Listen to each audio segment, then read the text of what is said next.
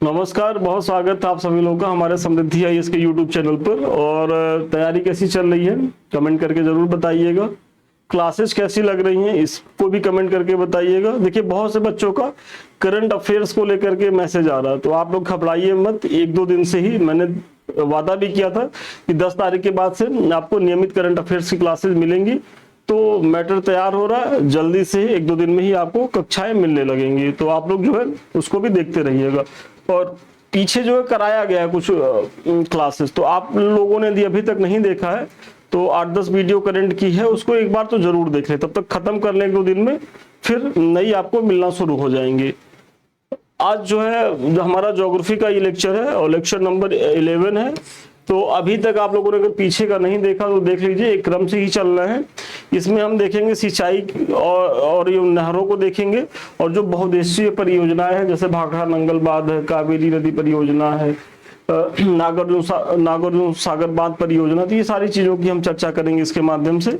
तो 20-25 मिनट बने रहिए और आप देखिए कि कितनी महत्वपूर्ण चीजें आपको यहाँ तैयार हो जा रही हैं। जो बच्चे हर बार 2-4-10 क्वेश्चन से रह जाते थे, बस चैनल पे बने रहे, नियमित देखते रहे, तो 2-4-10 क्वेश्चन इस बार ज्यादा ही करके आएंगे। और इधर तो आप 20 दिन देखिएगा कि संस्थान कितना मैटर आपको देने वाला है। ये हमारा टाइम टेबल है, सुबह 9 बजे, शाम को 5 बजे। तो इस समय तो जरूर मंडे टू सैटरडे बने रहिए। तो सिंचाई एवं नहरों के बारे में, तो भारत में सिंचाई के विभिन्न साधन हैं। वर्ष 2021-22 के आंकड़ों के आधार पर देश में सिंचाई के प्रमुख साधन कौन से हैं? तो नलकूप है। पहला महत्वपूर्ण फैक्ट आपके लिए यही है कि उत्तर प्रदेश में तो नलकूप है ही है। उत्तर प्रदेश में पूछा जाता है कि उत्तर प्रदेश में सिंचाई का प्रमुख साधन क्या है, तो आप लोग नलकूप लगाते हैं। लेकिन देश में भी सिंचाई का सबसे महत्वपूर्ण साधन कौन सा है? तो नलकूप है, जिनका सिद्ध सिंचित क्षेत्र लगभग 47.23% है। तो 47.23% में जो सिंचाई होती है किसके द्वारा होती है? नलकूपों के द्वारा होती है। नलकूप और कुओं को जोड़कर शुद्ध सिंचित क्षेत्र का प्रतिशत अगर देखा जाए तो ये 60.45% हो जाता है। मतलब अगर नलकूप और कुओं दोनों को जोड़ करके देखा जाए तो इनका प्रतिशत कितना हो जाएगा? 60.45%। नहरों द्वारा शुद्ध सिंचित भूमि जो है वो 24.66%। मतलब नहरों से पूरे भारत में सिंचाई कितनी होती है? तो 24.66%। टैंक्स द्वारा शुद्ध सिंचाई होती है 2.83%, और शेष 12.5% में सिंचाई के अन्य साधन सम्मिलित हैं, जिसमें तालाब उलाब है, तमाम चीजें हैं। तो ये चीजें हैं, और एकदम स्क्रीनशॉट ले लीजिए, महत्वपूर्ण फैक्ट है।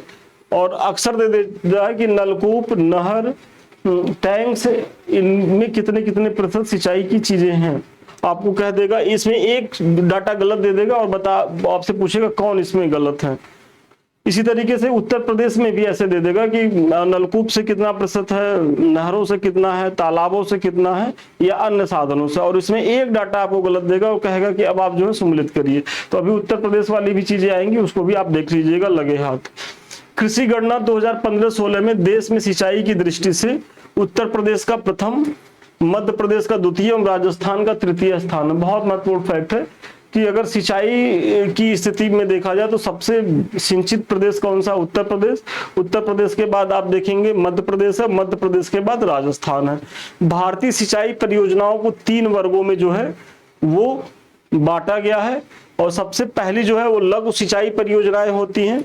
और इनकी क्राइटेरिया देखिए, इसके तहत 2000 हेक्टेयर से कम क्षेत्र की या 2000 हेक्टेयर तक के क्षेत्र की जो है वो सिंचाई होती है। और इसमें कुआं, नलकूप, पंप सेट, तालाब, ड्रिप सिंचाई, स्प्रिंकलर, एनीकट आदि शामिल किए जाते हैं। तो ये सब जो साधन है ये सब लघु सिंचाई के साधन है। 2000 हेक्टेयर तक के क्षेत्र की सिंचाई होती है इनके द्वारा। भारत में सिंचाई की लगभग 62% की आपूर्ति लघु सिंचाई परियोजनाओं से होती है। बहुत बहुत महत्वपूर्ण है कि यही जो नलकूप है, पंप सेट है, तालाब है, ड्रिप सिंचाई, स्प्रिंकलर, तो इन्हीं के द्वारा भारत में कुल 62% की सिंचाई होती है। मतलब पूरे भारत में लघु सिंचाई परियोजनाओं के माध्यम से। अब चर्चा करते हैं मध्यम सिंचाई परियोजनाओं की। तो इसके तहत 2000 से 10,000 हेक्टेयर तक के क्षेत्र की सिंचाई की जाती है मध्यम सिंचाई परियोजनाओं के माध्यम से। और जो वृहद सिंचाई परियोजनाएं होती हैं इसके तहत 10,000 हेक्टेयर से अधिक क्षेत्र की सिंचाई होती है। बड़ी और मध्यम परियोजनाओं से देश की 38% सिंचाई की आवश्यकता होती है। तो बाकी जो 38% की जो चीजें बच रही हैं, भाई 62 तो मैंने उधर ही बता दिया था, तो 38% जो सिंचाई होती है वो मध्यम और वृहद सिंचाई साधनों के द्वारा होती है। विश्व की सबसे पुरानी एवं विकसित नहर व्यवस्थाओं में से एक है कौन? गंग नहर। इसका निर्माण 1927 ईस्वी में बीकानेर के तत्कालीन महाराजा श्री गंगा सिंह ने कराया था, तो इसके बारे में भी आप जानते रहिएगा। और यह नहर सतलज नदी से फिरोजपुर के निकट हुसैनी वाला से निकाली गई है। तो जो गंग नहर है वो किससे निकाली गई है? सतलज नदी से।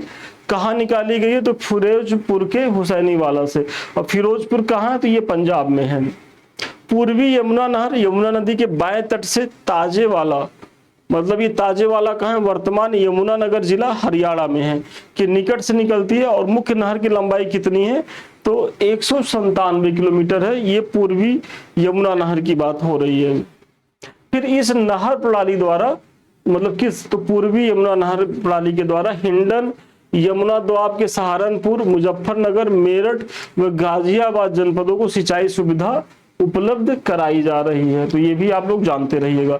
अब देखते हैं ऊपरी गंगा नहर कब से ये चालू हुआ है? तो 1854 ईस्वी से चालू है। इस परियोजना के जनक कौन थे? तो सर पीटी काटले थे। महत्वपूर्ण पर्सनालिटी रहते हैं। अभी तक प्रश्न नहीं पूछा गया, कभी भी पूछा जा सकता है।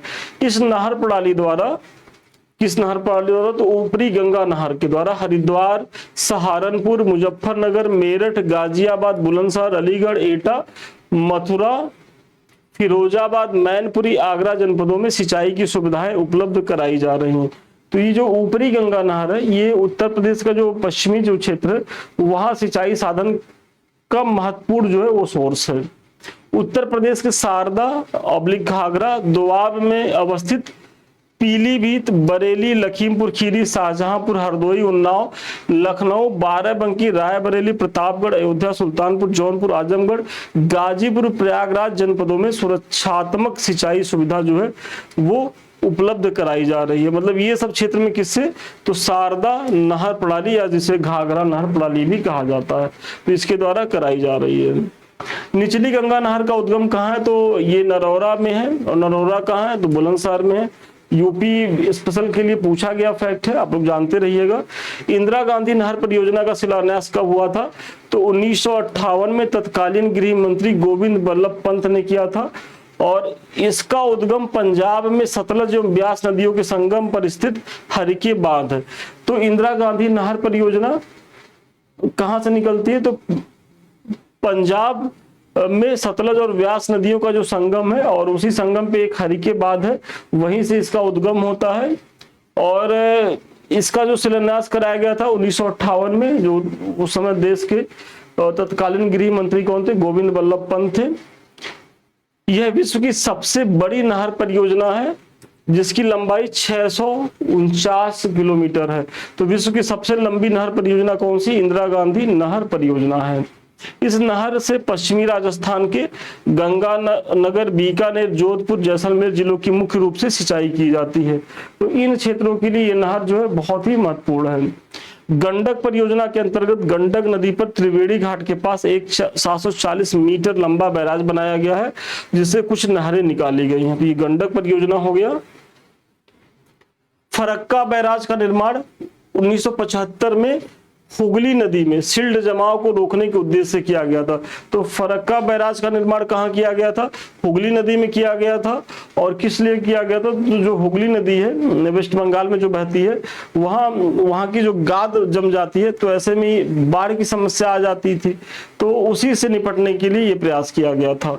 माला नहर तंत्र को कैप्टन दिनसाजी दस्तूर ने प्रस्तावित किया था। तो एक योजना होती है माला नहर तंत्र की, मतलब कि नहरों के द्वारा जो है पूरे देश को जोड़ा जाए, तो नहर तंत्र के द्वारा। तो इसका जो कॉन्सेप्ट किसने दिया था? तो दिनसाजी दस्तूर ने दिया था। जबकि नदी जोड़ों की पहली बार विचार जो दिया था वो विश्वेश्वरैया ने दिया था। तो माला नहर तंत्र का दिनसाजी दस्तूर, और नदी जोड़ो परियोजना है जो वर्तमान में कुछ नदियों को जोड़ा भी जा रहा है, जैसे केन से बेतवा को जोड़ा जा रहा है। तो ये नदी जोड़ो योजना का जो विचार दिया था वो जो सिंचाई इंजीनियर थे विश्वेश्वरैया ने दिया था।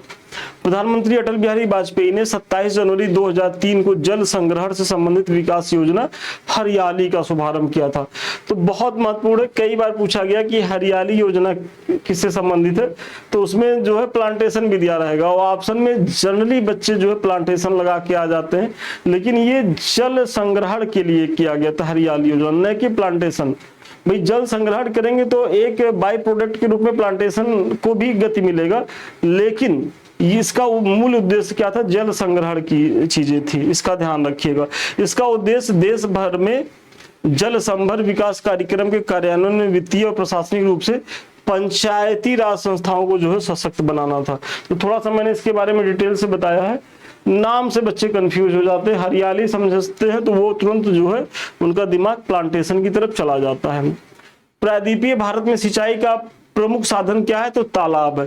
तो जैसे उत्तर भारत में आप देखेंगे कि जो सिंचाई का प्रमुख साधन नलकूप है, वैसे प्रायद्वीपीय भारत में देखेंगे तो वहां सिंचाई का प्रमुख साधन क्या है, तालाब है।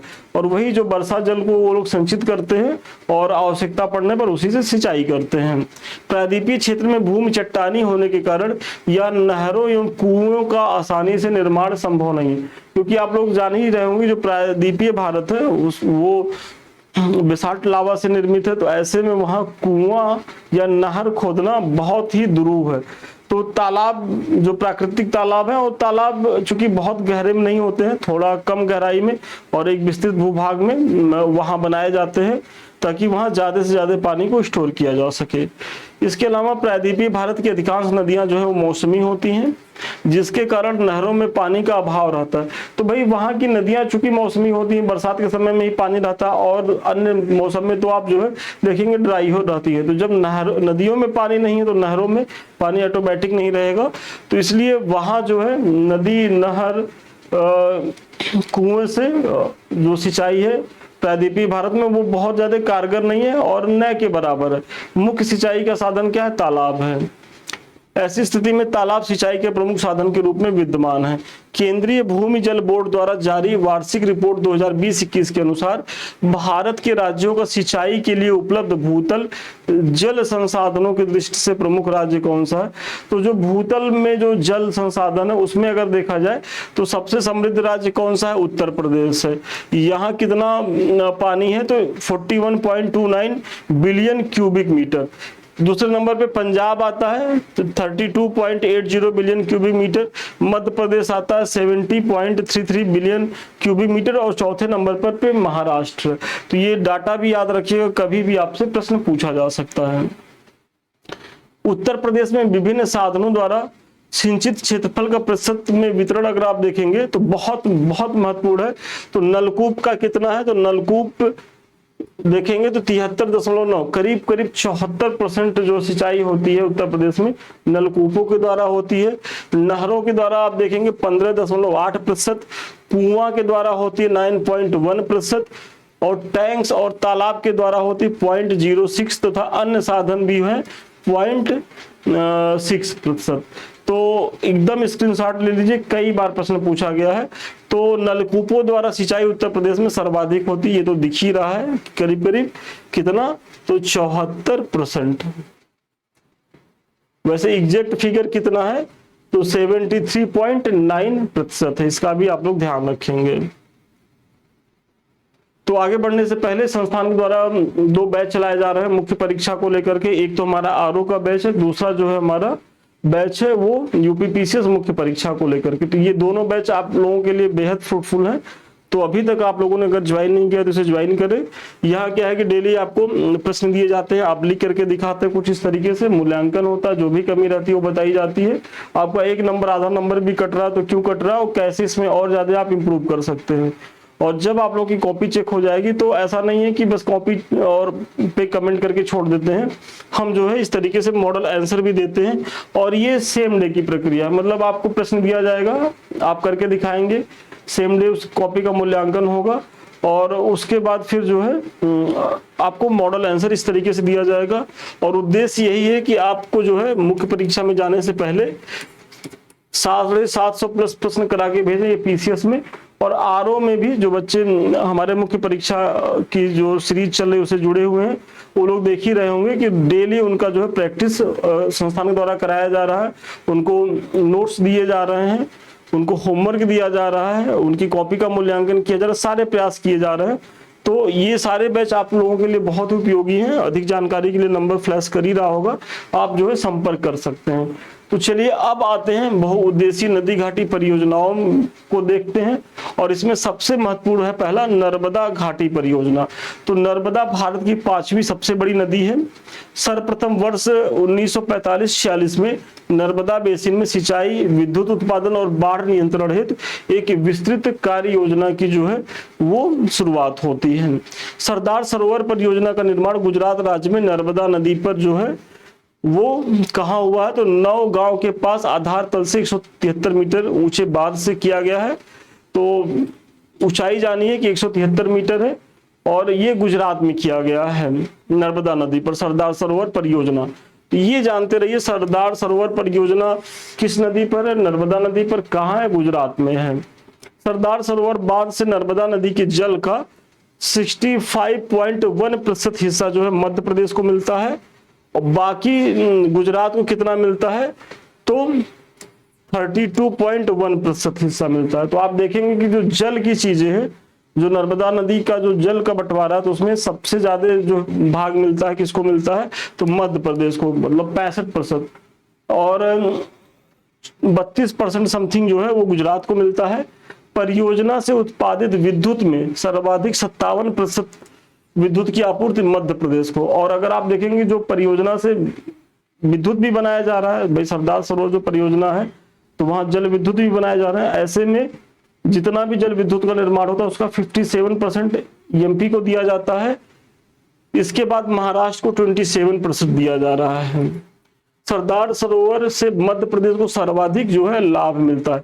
तो जो सरदार सरोवर परियोजना जो गुजरात में है, भले गुजरात में है, लेकिन सबसे ज्यादा लाभान्वित होने वाला प्रदेश कौन सा है, मध्य प्रदेश है। क्योंकि आप देख रहे होंगे कि चाहे पानी की चीजें हो चाहे बिजली, करीब 65% पानी का भी उपभोग मध्य प्रदेश कर रहा है, और 57% के करीब बिजली भी जो है वो मध्य प्रदेश को ही मिल रही है। उसके बाद दूसरे नंबर पर महाराष्ट्र है। सरदार सरोवर परियोजना से लाभान्वित होने वाले राज्यों में आप देखेंगे तो गुजरात है, राजस्थान है, महाराष्ट्र है और मध्य प्रदेश है। नर्मदा सागर परियोजना अब अगला जो महत्वपूर्ण परियोजना है। नर्मदा सागर परियोजना को इंदिरा सागर बांध भी कहते हैं, और इंदिरा सागर परियोजना नर्मदा नदी पर मध्य प्रदेश के खांडवा जिले में पुनासा गांव से 10 किलोमीटर दूरी पर स्थित है। इंदिरा सागर परियोजना 1000 मेगावाट की स्थापित क्षमता के साथ एक बहुउद्देशीय परियोजना है। तो आप ये भी जानते रहिएगा कि जो इंदिरा सागर बांध परियोजना है वो कहाँ है, तो मध्य प्रदेश के खांडवा जिले में है। नर्मदा घाटी में तवा, बारना, कोलार, सुख्ता, मटियारी, मान प्रोजेक्ट और शहीद चंद्रशेखर आजाद परियोजना का भी निर्माण काम जो है वो पूरा हो चुका है। तो ये सारी जो परियोजना है नर्मदा घाटी की परियोजनाएं हैं। तवा परियोजना से 1350 मेगावाट बिजली का उत्पादन किया जा रहा है।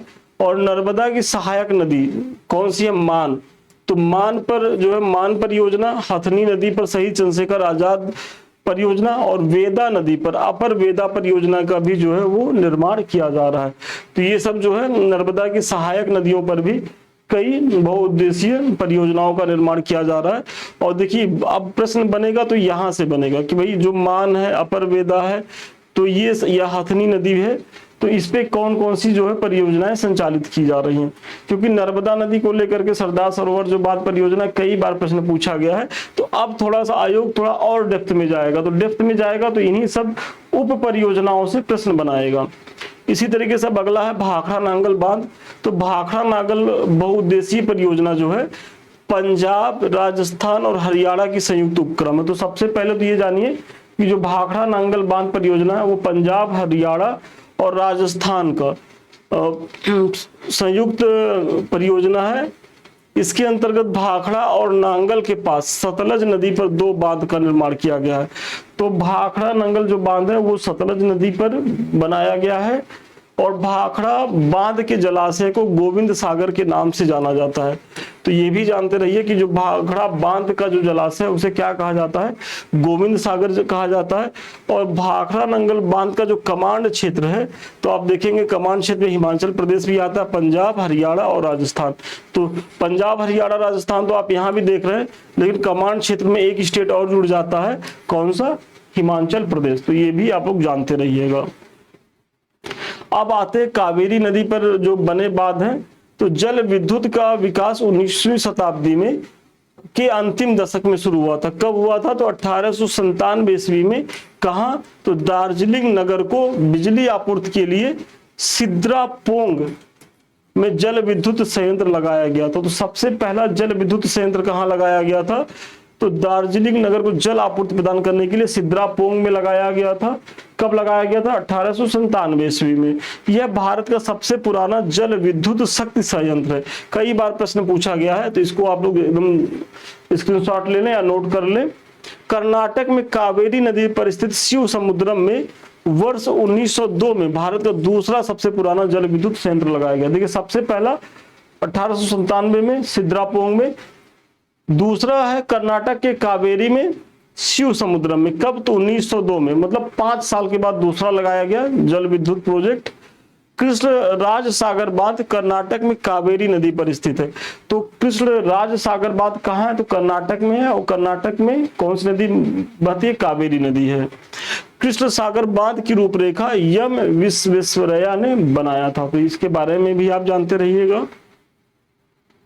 कावेरी नदी जल विवाद से सम्मिलित राज्यों या केंद्र शासित राज्य कौन से हैं, तो तमिलनाडु है, कर्नाटक है, केरल है और पुडुचेरी। कई बार प्रश्न पूछा गया है। तो जो कावेरी नदी के जल बंटवारे को लेकर के जो विवाद है, तो किस किस राज्यों में है, तो देखिए तमिलनाडु, कर्नाटक, केरल और पुडुचेरी के बीच में है। इसका भी ध्यान रखना है। अब आते हैं नागार्जुन सागर बांध। तो नागार्जुन सागर बहुउद्देशीय परियोजना कृष्णा नदी पर है। तो यही जानिए कि नागार्जुन सागर बांध परियोजना कहाँ है, तो कृष्णा नदी पर है। यह परियोजना वर्ष 1967 में पूरी हुई थी। यह परियोजना आंध्र प्रदेश एवं नवगठित तेलंगाना दोनों राज्यों में विस्तारित है। तो नागार्जुन सागर जो परियोजना है वो आंध्र प्रदेश और तेलंगाना, चूंकि आंध्र प्रदेश को ही काट करके तेलंगाना बनाया गया है, तो ऐसे में दोनों राज्यों में मतलब विस्तारित है ये परियोजना। यह तेलंगाना के नलगोंडा जिले और आंध्र प्रदेश के गुंटूर जिलों के मध्य निर्मित है। तो अगर बहुत ज्यादा डेप्थ में जाएगा तो तेलंगाना का जो नलगोंडा है और आंध्र प्रदेश का जो गुंटूर जिला है, उन्हीं के मध्य ये परियोजना स्थित है। इस परियोजना के माध्यम से नलगोंडा, प्रकाशम, खम्मम और गुंटूर जिलों में सिंचाई व्यवस्था उपलब्ध होती है। और नागार्जुन सागर बांध की जो ऊंचाई है कितनी है, तो लगभग 125 मीटर है। अब आते हैं हीराकुंड बांध। तो हीराकुंड बांध उड़ीसा राज्य में महानदी पर बनाई गई है। तो सबसे पहले हीराकुंड बांध कहाँ बनाया गया है, उड़ीसा पे। किस नदी पर, महानदी पर बनाया गया है। यह बहुउद्देशीय परियोजना है। इस परियोजना का निर्माण वर्ष 1948 में शुरू हुआ और वर्ष 1957 में जो है वो पूरा हुआ। हीराकुंड बांध विश्व का सबसे लंबा बांध है। तो हीराकुंड बांध के लिए एक महत्वपूर्ण फैक्ट ये भी है कि यह विश्व का सबसे लंबा बांध है। इस बांध की कुल लंबाई कितनी है, तो 25.8 किलोमीटर है। हीराकुंड बांध की कुल लंबाई कितनी है, 25.8 किलोमीटर। और यह विश्व का सबसे लंबा बांध कहाँ है, तो उड़ीसा राज्य में है। किस नदी पर है, महानदी पर है। अब आते हैं चंबल घाटी परियोजना। तो चंबल नदी मध्य प्रदेश के महू के समीप विंध्य श्रेणी के जनापाव पहाड़ी से निकलती है। मैंने जब नदियों के उद्गम को पढ़ाया था पीछे वाले क्लास में, तो मैंने बताया था कि भाई जो उत्तर भारत की नदियां हैं, मध्य भारत की नदियां या साउथ की जो नदियां, सबकी चर्चा करी, उनका उद्गम स्रोत बताया था, कहाँ किससे जाके मिलती हैं, पूरा डिटेल से बताया गया। तो अभी तक आप लोगों ने अगर उस क्लास को नहीं देखा तो देख लें, क्योंकि जब आप एक क्रम से चलेंगे तो चीजें और ज्यादा क्लियर होंगी। तो स्थिति तो जान ही गए कि मध्य प्रदेश के महू में विंध्यन जो श्रेणी है उसी के जनापाव पहाड़ी से निकलती है कौन, चंबल नदी। इटावा के समीप यह कहाँ मिलती है, यमुना नदी में मिल जाती है। और यमुना फिर जाकर के आगे प्रयागराज में गंगा में मिल जाती है। तो चंबल किसकी सहायक नदी है, यमुना की। और यमुना किसकी सहायक नदी है, गंगा की। चंबल नदी पर निर्मित चंबल परियोजना राजस्थान एवं मध्य प्रदेश की संयुक्त परियोजना है। तो ये भी जानते रहिए। और इस परियोजना के अंतर्गत गांधी सागर बांध मध्य प्रदेश में वेरी इंपॉर्टेंट है, राणा प्रताप सागर बांध एवं जवाहर सागर बांध राजस्थान में निर्मित किए गए। तो चंबल नदी पर 3 बांध बनाए गए हैं। तो एक गांधी सागर बांध, तो गांधी सागर बांध कहाँ है? मध्य प्रदेश में, जबकि जवाहर सागर बांध और राणा प्रताप सागर बांध ये दोनों कहाँ अवस्थित है? ये दोनों अवस्थित है राजस्थान में। गांधी सागर बांध चंबल घाटी की 4 परियोजनाओं में से प्रथम परियोजना है। यह मध्य प्रदेश के मंदसौर जिले में स्थित है और यह जो बांध है कितना है? तो 62.17 मीटर है। कौन सा? गांधी सागर बांध। इसी तरीके से राणा प्रताप सागर बांध राजस्थान राज्य में स्थित है। राजस्थान राज्य में कोटा से 30 किलोमीटर दूर जवाहर सागर बांध का जो है वो निर्माण किया गया है। तो जवाहर सागर बांध कहाँ है? कोटा में है। टिहरी बांध परियोजना को अब देखते हैं, महत्वपूर्ण परियोजना है। तो टिहरी बांध परियोजना का निर्माण भागीरथी नदी पर, भागीरथी और भिलंगना के संगम के थोड़ा आगे उत्तराखंड के टिहरी जिले में किया गया है। तो आप देखेंगे कि जो टिहरी बांध परियोजना, तो भागीरथी और भिलंगना का जो संगम है उससे थोड़ा सा आगे जाने पर एक जगह टिहरी वहीं किया गया है। और अगर वैसे पूछा जाए तो ये भागीरथी नदी ही आप लगाइएगा। इस परियोजना का मुख्य उद्देश्य भागीरथी एवं भिलंगना नदियों का अतिरिक्त जल संग्रह कर सिंचाई, बाढ़ नियंत्रण एवं विद्युत उत्पादन करना है। तो इसका ये प्रमुख उद्देश्य है। टिहरी बांध देश का सबसे ऊंचा बांध है। देखिए, सबसे लंबा बांध मैंने पीछे बताया है, आप लोग जल्दी से कमेंट करके बताइए सबसे लंबा बांध कौन है। सबसे ऊंचा बांध कौन सा है? टिहरी बांध है। कितनी ऊंचाई है इसकी? तो 260 मीटर है। टिहरी बांध परियोजना के विरोध के मुख्य कारण इसकी भूकंप प्रवणता, भूकंप प्रवण क्षेत्र में स्थिति और पर्यावरण को क्षति और लोगों के विस्थापन से जुड़ा। तो आप लोग जानते होंगे कि इसको लेकर के जो पर्यावरणविद थे उन्होंने बहुत कड़ा विरोध भी किया था। तो क्यों किया था? तो इसकी अवस्थिति ऐसी है कि ये भूकंप प्रवण जोन में है। भाई जो हिमालय की जो तलहटी है वहां आए दिन भूकंप आते रहते हैं और वो बहुत सेंसिटिव जोन में है। और दूसरी चीज ये है कि वहां जो पर्यावरण की जो क्षति हो रही है, और सही मायने में मैं तो उत्तराखंड अभी पीछे कुछ समय पहले गया था और वहां जाने पे लगा कि विकास के नाम पर हम लोग जो है बहुत ज्यादा क्षति पहुंचा रहे हैं वहां के पर्यावरण का। कायदे से वहां की स्थिति ऐसी नहीं है कि उस लेवल का विकास किया जाए, चौड़ी चौड़ी सड़कें मिले, बहुत भव्य भवन बनाया जाए, वहां पॉसिबल ही नहीं है। भाई वो पहाड़ की गिरिपद में स्थित है, वहां का जो पहाड़ है अभी उसमें वलन हो रहा है, भ्रंशन हो रहा है, उत्थान हो रहा है। तो ऐसे में वो बहुत इको सेंसिटिव जोन है और हमारे लाभ और लोभ की प्रवृत्ति ने वहां भी इस चीजों को ला दिया। और इसीलिए आप देख रहे होंगे कि समय वर्तमान में हिमाचल प्रदेश, उत्तराखंड, ये सब बहुत ही ज्यादा आपदाग्रस्त होते जा रहे हैं। तो इसके आपदाग्रस्त होने में एक बड़ा कारण यही है जो मानवीय गतिविधियां हैं, जो और इसको कहा क्या जाता है कि भाई हमको विकास करना है। तो विकास की कीमत कभी भी पर्यावरण की क्षति नहीं होनी चाहिए, बल्कि उसको आप बैलेंस बना के चलिए। फिर दामोदर घाटी परियोजना के बारे में देखते हैं। तो दामोदर नदी हुगली की प्रमुख सहायक नदी है। दामोदर नदी में आने वाले बाढ़ एवं प्रदूषण के कारण इसे बंगाल का शोक भी कहा जाता है। पीछे मैंने बताया ही है। इस परियोजना की रूपरेखा संयुक्त राज्य अमेरिका की टेनेसी घाटी परियोजना के आधार पर की गई थी। बहुत महत्वपूर्ण है। तो किस भारतीय नदी घाटी परियोजना की जो रूपरेखा बनाई गई थी अमेरिका के टेनेसी घाटी परियोजना के आधार पर? तो यही दामोदर घाटी परियोजना। दामोदर घाटी निगम की स्थापना कब हुई थी? तो 1948 में हुई थी। मैथान, बेल पहाड़ी और तिलैया बांधों का निर्माण दामोदर की सहायक नदी बराकर पर दामोदर नदी घाटी परियोजना के प्रथम चरण में किया गया था। तो जो ये दामोदर नदी घाटी परियोजना का जो प्रथम चरण है, इसमें दामोदर की जो सहायक नदियां कौन सी है? मैथान, बेल पहाड़ी और तिलैया बांधों का निर्माण किया गया था। और ये किस नदी पे किया गया था? तो दामोदर की सहायक नदी बराकर पे किया गया। तो इसका भी ध्यान रखिएगा। तो मैथान, बेल पहाड़ी और तिलैया जो बांध बनाए गए हैं वो किस नदी पर बनाए गए हैं? तो वो बराकर नदी पर बनाए गए हैं। बराकर किसकी सहायक नदी है? दामोदर की सहायक नदी है। इसी प्रकार दामोदर घाटी परियोजना के अंतर्गत तिलैया बांध कोडरमा जिले में बराकर नदी पर बनाया गया है, वही पीछे जो बताया गया, और इसका निर्माण 1953 में हुआ था। मैथान बांध बराकर नदी पर धनबाद झारखंड में है। तो तिलैया हुआ, मैथान हुआ, ये सब कहाँ दिख रहे हैं? सब झारखंड में दिख रहे हैं। और पंचेत हिल बांध जो है दामोदर नदी पर मैथान बांध से 20 किलोमीटर दक्षिण में धनबाद जो है झारखंड में स्थित है। और इसका निर्माण कब हुआ था? तो 1959 में हुआ था। तो महत्वपूर्ण फैक्ट है, इसको भी आप लोग जानते रहिएगा। फिर दामोदर घाटी परियोजना के अंतर्गत दुर्गापुर बैराज से 2 नहरें निकाली गई हैं। इन नहरों से वर्धमान, हुगली और हावड़ा जिलों की भूमि को जो है वो सिंचित की जाती है। तो ये भी आप जानते रहिएगा।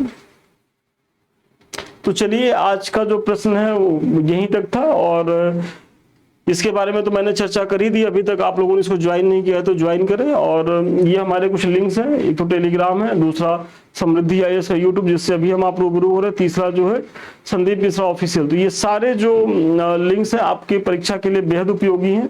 तो अभी तक आप लोगों ने ज्वाइन नहीं किया तो ज्वाइन करें, इसे लाइक करें, शेयर करें, सब्सक्राइब करें। वीडियो अच्छा लग रहा तो कमेंट जरूर करें। सबसे अंत में, यदि आप हमसे बात करना चाहते हैं या हमारे किसी बैच से जुड़ना चाहते हैं तो 7303307507 पे संपर्क कर सकते हैं।